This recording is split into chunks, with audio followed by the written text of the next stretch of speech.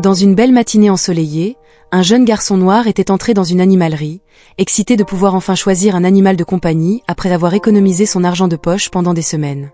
Le magasin, rempli de chatons espiègles, d'oiseaux gazouillants et de hamsters se précipitant dans leur cage, semblait être un pays des merveilles pour Ethan. Il avait exploré les allées avec impatience, enchanté par les animaux, ignorant que le propriétaire du magasin l'observait avec méfiance. Le propriétaire, un homme aux cheveux gris et au regard sévère, avait suivi les mouvements d'Ethan depuis son entrée. Son froncement de sourcils s'était accentué en voyant le garçon accroupi près des cages, regardant les animaux avec curiosité. Quelque chose chez Ethan semblait le déranger et il avait marmonné avec colère dans sa barbe. Lorsque le garçon s'était approché du comptoir pour poser des questions, son sourire poli avait été accueilli par un regard glacial. L'expression du propriétaire, tordue par le dédain, et son ton aigu et irrité avaient pris Ethan au dépourvu. « Que veux-tu » avait-il marmonné, son hostilité indubitable. Ethan avait hésité, sa voix douce mais remplie d'excitation nerveuse. « Je regardais juste les animaux. J'espérais peut-être avoir un animal de compagnie aujourd'hui. » Le propriétaire s'était moqué en croisant les bras et en se penchant en avant. « Tu penses que ta place est ici » avait-il ricané, son ton dégoulinant de mépris. « Les gens comme toi n'ont pas leur place dans ce magasin. » Ethan avait cligné des yeux, confus. « Les gens comme moi » avait-il répété, son visage assombri d'incertitude. « Oui, des gens comme toi » avait répondu l'homme d'une voix basse et venimeuse. « Tu devrais être en cage avec les animaux, tout comme ton espèce. Je ne veux pas que tu sois ici. » Le cœur d'Ethan s'était serré alors que chaque mot s'enfonçait comme un coup dur. L'excitation qu'il avait ressentie quelques instants plus tôt avait été remplacée par de la douleur et de l'incrédulité. Rassemblant son courage, il avait regardé l'homme dans les yeux et avait parlé fermement, même si ses mains tremblaient. « Tu ne peux pas me parler comme ça, juste parce que je suis noir. Ça ne te donne pas le droit de me traiter de cette façon. » Pendant un instant, le propriétaire avait semblé surpris du courage du petit garçon, mais la surprise s'était rapidement transformée en rage. Son visage s'était assombri, et il avait regardé Ethan avec une fureur glaciale. « Oh, tu penses que tu es intelligent, hein? Tu penses pouvoir me dire quoi faire ?» Ethan, sa voix calme mais résolue, avait répondu « Je veux juste regarder les animaux. Tu n'es pas obligé d'être si méchant. » Les yeux de l'homme avaient brillé de colère alors qu'il serrait les poings et se penchait de plus près. « Peut-être que tu as besoin d'un rappel de ta place. On dirait que ta famille ne t'a pas raconté l'époque où les gens de ton espèce connaissaient leur place. » L'estomac d'Ethan s'était retourné, un mélange de peur et de colère l'envahissant. Les mots qu'il voulait dire étaient restés coincés dans sa gorge. Avant qu'il ne puisse réagir, le propriétaire avait tendu la main par-dessus le comptoir et avait attrapé brutalement son bras. Ethan avait halté, luttant pour se libérer, mais la prise de l'homme s'était resserrée. « Laisse-moi partir s'il te plaît, je voulais juste voir les animaux. » avait-il murmuré, sa voix tremblante. « Oh, je vais te montrer les animaux » avait grogné l'homme en traînant Ethan vers l'arrière du magasin. Malgré les protestations du garçon, il l'avait transporté dans une pièce faiblement éclairée remplie de cages. La panique s'était emparée d'Ethan alors qu'il jetait des regards autour de lui, observant les enclos crasseux. Le propriétaire du magasin s'était arrêté devant une grande cage au fond de la pièce, où des rats se précipitaient à l'intérieur, leurs griffes grattant le métal. « Attendez, s'il vous plaît » avait supplié Ethan, sa voix à peine au-dessus d'un murmure. Mais ces supplications étaient tombées dans l'oreille d'un sourd. Le propriétaire avait ricané, son expression tordue de cruauté. « Tu veux savoir où est ta place ? Elle est ici, avec eux. » Sans un autre mot, il avait poussé Ethan dans la cage. Le garçon avait trébuché et était tombé à genoux, se griffant les mains sur le sol froid et crasseux. Avant qu'il ne puisse sortir, l'homme avait claqué la porte de la cage et l'avait verrouillée avec un clic. Piégé, le cœur d'Ethan battait à tout rompre. Il s'était pressé contre les barreaux, désespéré de se tenir aussi loin que possible des rats qui couraient dans la cage, la peur et l'humiliation l'envahissant alors qu'il comprenait l'ampleur de l'injustice qu'il venait de subir. Les petites créatures, sentant sa peur, s'étaient rapprochées, leurs yeux brillants scintillant dans la faible lumière. Les larmes avaient coulé des yeux d'Ethan, mais il s'était battu pour les retenir. Il avait levé les yeux vers le propriétaire du magasin, espérant y trouver un soupçon de compassion, mais n'avait vu que de la satisfaction sur le visage de l'homme. « Peut-être que maintenant tu te souviendras de qui est le chef ici » avait ricané l'homme. Il avait légèrement secoué la cage, ce qui avait poussé les rats à se précipiter frénétiquement. Il rigolait en voyant Ethan tressaillir. « Tu pensais que tu es comme moi ? Regarde-toi maintenant, là où tu appartiens. » Ethan avait essayé de rester calme, mais les rats étaient devenus plus audacieux, s'approchant de lui et lui mordillant les doigts. La peur et l'impuissance l'avaient submergé, et malgré ses efforts pour paraître fort, des larmes avaient coulé sur ses joues. « S'il vous plaît » avait-il murmuré, sa voix tremblante. « Laissez-moi sortir, je suis désolé. Je ne dirai plus rien. » L'homme avait croisé les bras en souriant. « Maintenant tu es désolé, c'est drôle comme ton attitude change quand tu n'es pas si haut et puissant. » Les secondes s'étaient étirées en minutes angoissantes, et Tan s'était senti complètement impuissant. Les rats étaient devenus plus agressifs, leurs petites griffes grattant sa peau. Le propriétaire du magasin, insensible à la terreur du garçon, était resté immobile, fidèle à son sourire froid et cruel, sans jamais faiblir. Ethan s'était mordu la lèvre pour étouffer ses cris, mais chaque morsure de rat lui envoyait une vive douleur dans le corps. Finalement, un sanglot étouffé lui avait échappé. La piqûre des morsures était devenue insupportable, laissant des marques rouges et enflammées sur sa peau. Désespérément, il s'était recroquevillé, serrant ses bras contre sa poitrine dans une vaine tentative de se protéger. Les rats, implacables et indifférents, continuaient de le harceler, pullulant autour de lui comme s'il n'était qu'un objet dans leur cage. Le temps passé enfermé s'était éternisé, chaque seconde semblant durer une éternité. Les pensées d'Ethan s'étaient mises à courir à la recherche d'une issue, bien qu'il sache qu'il n'y en avait pas. Il avait tenté de se calmer en se concentrant sur sa respiration, comptant silencieusement pour détourner son attention de la panique croissante. Mais le rire cruel du propriétaire du magasin résonnait dans la pièce, un rappel constant de la sombre réalité à laquelle il ne pouvait échapper. Après ce qui avait semblé être des heures, le propriétaire s'était finalement tourné vers lui, faisant tinter ses clés en s'approchant avec un sourire narquois. Il déverrouilla la cage et ouvrit la porte. Ethan, tremblant et blotti dans un coin, hésita avant de ramper lentement. Ses bras, maintenant couverts de douloureuses marques rouges, portaient la preuve de son épreuve. Son visage, en larmes et ses yeux larges de peur, racontaient le reste de l'histoire. Le propriétaire du magasin le regarda avec satisfaction. « Peut-être que la prochaine fois, tu y réfléchiras à 2 fois avant de venir ici et d'agir comme si tu étais quelqu'un de spécial, » dit-il d'un ton froid et dédaigneux. Trop secoué pour répondre, Ethan trébucha jusqu'à la zone principale du magasin. Son corps lui faisait mal, et son esprit était ébranlé par le cauchemar qu'il venait de vivre.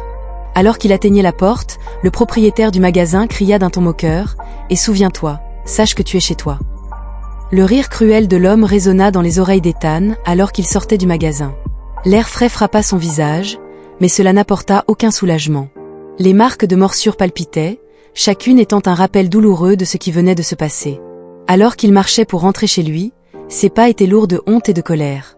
Les paroles haineuses et les rires moqueurs du propriétaire du magasin se répétaient en boucle dans son esprit. Quand Ethan arriva chez lui ce soir-là, son père remarqua immédiatement que quelque chose n'allait pas. Le grand homme calme observa les marques de morsures sur les bras de son fils et son visage strié de larmes. Son expression passa de l'inquiétude à une fureur contenue. Il assit Ethan et lui demanda gentiment mais fermement ce qui s'était passé. Toujours tremblant, Ethan raconta les événements, depuis son excitation initiale à l'animalerie jusqu'aux mots cruels, à la cage et à l'expérience terrifiante avec les rats. Tandis qu'Ethan décrivait les railleries du propriétaire du magasin, la mâchoire de son père se serra et son poing se crispa. Agent du FBI ayant fait face à d'innombrables défis, il n'était pas préparé à la douleur d'entendre le calvaire de son fils. Quand Ethan finit, son père inspira profondément, son extérieur calme cachant à peine sa colère bouillonnante. « Prends ton manteau », dit-il fermement, « nous retournons à ce magasin. » Le trajet vers l'animalerie se fit dans un silence pesant, la tension était épaisse dans l'air. Quand ils arrivèrent, le père d'Ethan laissa son fils entrer en premier. Le propriétaire du magasin, les voyant arriver, sourit et croisa les bras. « Tu es de retour si tôt, je peux t'aider ?» Le père d'Ethan s'avança, son regard fixe et inflexible. « Je suis ici pour discuter de ce que tu as fait à mon fils, » dit-il d'une voix calme mais tranchante. Le propriétaire du magasin se moqua en agitant la main avec dédain. « De quoi parlez-vous ? Le gamin ment, je n'ai rien fait. » La mâchoire du père d'Ethan se serra. « Alors cela ne vous dérangera pas si nous jetons un œil à vos images de vidéosurveillance. » Le visage du propriétaire du magasin pâlit. Il hésita, jetant un regard nerveux vers la pièce du fond où les caméras étaient installées. « Je n'en vois pas la nécessité, » balbutia-t-il. Le garçon s'est probablement gratté dehors et veut que quelqu'un soit blâmé. Mais le père d'Ethan ne recula pas. « Montrez-moi les images, » exigea-t-il, sa voix ferme et autoritaire. « Ou nous réglerons cela, devant le tribunal. » Réalisant qu'il n'avait pas le choix, le propriétaire du magasin les conduisit à contre-cœur dans le bureau du fond. Il alluma un vieil ordinateur poussiéreux dont le moniteur clignota en s'allumant. Alors que les images se chargeaient, l'homme évitait le contact visuel. Il cliqua sur les enregistrements, des gouttes de sueur perlant sur son front. Lorsque les images furent diffusées, tout était indéniablement clair. L'enregistrement montrait Ethan entrant dans l'animalerie, son visage s'éclairant d'excitation alors qu'il admirait les animaux. La scène changea, montrant le propriétaire du magasin s'approchant de lui, adoptant une posture agressive. Le père d'Ethan serra les poings, son expression s'assombrissant alors que la vidéo capturait les gestes hostiles de l'homme et des extraits de mots cruels. La suite montra le propriétaire du magasin attrapant Ethan et le traînant brutalement vers la pièce du fond. Ethan déglutit difficilement, ses mains tremblantes alors qu'il regardait ce qui suivit. L'écran montrait l'homme le jetant dans la cage à rats, verrouillant la porte et ignorant ses appels désespérés. Chaque seconde angoissante du calvaire d'Ethan était visible, son impuissance contrastant avec la froide indifférence du propriétaire du magasin. Même lorsque les images montraient l'homme déverrouillant enfin la cage, son expression suffisante révélait une absence totale de remords. À la fin de la vidéo, le silence pesa lourd dans la pièce. Le père d'Ethan tourna lentement son regard d'acier vers le propriétaire du magasin, dont la confiance fléchit sous ce regard implacable. L'homme leva les mains en balbutiant, sur la défensive. « Écoutez, le gamin m'a manqué de respect. Je lui donnais juste une leçon, pas de mal. » Le père d'Ethan inspira lentement, contrôlant à peine sa colère. « Pas de mal, tu as humilié et terrifié mon fils. Tu as enfermé mon fils dans une cage avec des rats et tu appelles cela lui donner une leçon. » La fureur silencieuse du père d'Ethan avait rempli la pièce, faisant reculer le propriétaire du magasin. L'homme avait ri nerveusement, essayant de minimiser la situation. « C'était juste un malentendu. Je ne voulais pas que cela aille aussi loin. Oublions simplement ça, d'accord ? Je te ferai une réduction sur tout ce que tu veux, » avait-il balbutié. Les yeux du père d'Ethan s'étaient plissés, sa colère bouillonnant juste sous la surface. « Ce n'est pas une question de réduction, » avait-il répondu d'un ton glacial. « Il s'agit de toi, qui as abusé d'un enfant parce que tu pensais pouvoir t'en sortir comme ça. Tu avais tort. » La bravade du propriétaire du magasin s'était entièrement effondrée. Il avait levé les mains dans un geste suppliant. « S'il vous plaît, » avait-il supplié, « ne faites pas ça, c'était juste une erreur. J'ai perdu mon sang-froid, je ne voulais pas de mal. » Mais la patience du père d'Ethan était épuisée. « Ce n'est pas assez bon, » avait-il dit sèchement. « Tu vas être tenu responsable de ce que tu as fait à mon fils. » Sans hésitation, il avait attrapé le propriétaire du magasin par le bras et l'avait fait sortir du bureau, jusque dans le magasin principal, où les clients s'étaient tournés pour regarder la scène se dérouler. Leur expression était passée de la curiosité au choc en constatant l'attitude vaincue du commerçant et la présence imposante du père d'Ethan. L'homme, désormais pâle et tremblant, avait perdu toute trace de son arrogance antérieure, remplacée par la peur et le regret. Devant eux, le père d'Ethan l'avait conduit jusqu'à leur voiture, sa colère tempérée par une farouche protection envers son fils. Ethan avait levé les yeux vers lui, un mélange de soulagement et de gratitude brillant dans son regard. Pour la première fois depuis l'épreuve, il avait commencé à ressentir un sentiment de sécurité retrouvé. En route vers le poste de police, le poids de ce qui s'était passé était lourd dans l'air, mais Ethan avait ressenti une petite paix intérieure alors que le magasin disparaissait au loin. Il savait que son père veillerait à ce que justice soit rendue. L'affaire avait rapidement avancé après la présentation des preuves vidéo accablantes et des témoignages révélant le comportement abusif du propriétaire du magasin. Lors du procès, le juge avait examiné les images, visiblement perturbé par les actions de l'homme. Ce dernier avait été reconnu coupable de maltraitance et de mauvaise conduite envers un enfant. Son comportement avait été considéré comme une violation flagrante de la décence fondamentale. Dans le cadre de la sentence, la licence commerciale du propriétaire du magasin avait été définitivement révoquée, lui interdisant de posséder ou d'exploiter toute entreprise impliquant des animaux ou des mineurs.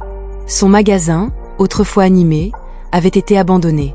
Ses fenêtres avaient été fermées, et une pancarte fermée avait été accrochée à chaque porte. La communauté, autrefois ignorante de son existence, avait tourné le dos à l'homme. Sa cruauté s'était retournée contre lui. Alors que la nouvelle de ses actes se répandait, il avait perdu non seulement son moyen de subsistance, mais également le respect de ses pairs. En plus de cela, le propriétaire du magasin avait été condamné à 5 ans de prison. Le poids de sa punition l'avait frappé alors que le marteau du juge scellait son destin. Sa façade confiante s'était complètement craquelée. Déconcerté et submergé par la gravité de la sentence, il avait dû se confronter à la réalité de ses actes et à la justice qu'il avait finalement rattrapée. Quelques jours plus tard, alors qu'il était envoyé en prison, la dure réalité de sa situation l'avait frappé de plein fouet. Seul dans sa cellule froide, il avait rejoué les événements qui l'avaient conduit là. Il ne pouvait échapper à l'image du visage en larmes d'Ethan ni au son des supplications désespérées du garçon, qui résonnaient désormais de manière obsédante dans son esprit. La honte de la cruelle satisfaction qu'il avait ressentie à ce moment-là le tourmentait. Il ne pouvait plus le nier. La vérité, ses préjugés et sa cruauté avaient détruit sa vie.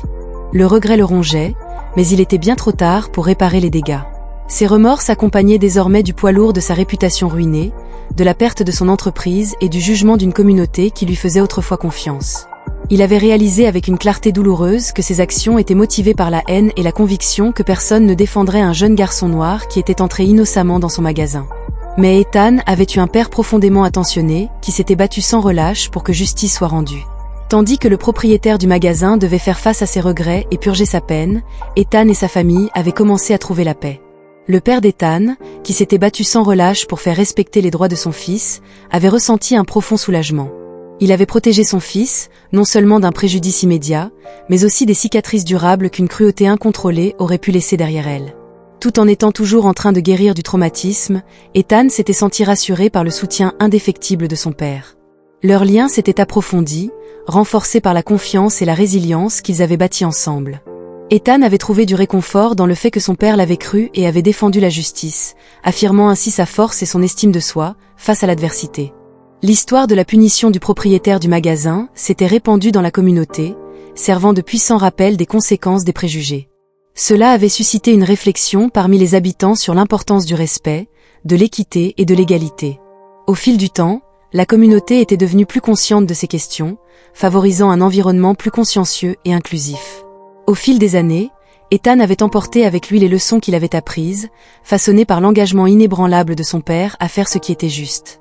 Il était devenu un jeune homme doté d'un profond sens de la justice, d'une grande empathie et d'une résilience remarquable, toujours marqué par les valeurs qui lui avaient été inculquées durant l'une des périodes les plus difficiles de sa vie. Il se consacra à défendre les droits des autres. Devenu avocat, il s'engagea à lutter contre les préjugés et les abus de pouvoir, aidant ceux qui n'avaient personne pour se battre à leur côté. Un jour, lors d'un discours dans sa communauté, il déclara « Ce qui nous arrive ne nous définit pas, mais ce que nous faisons avec ces expériences le peut ». Ces mots résonnèrent profondément parmi l'auditoire, marquant un tournant dans la lutte collective pour un monde plus équitable. Ethan avait trouvé sa vocation et, en chemin, il avait transformé la douleur de son passé en une lumière d'espoir pour l'avenir. Merci d'avoir regardé, et à la prochaine dans une nouvelle histoire émouvante.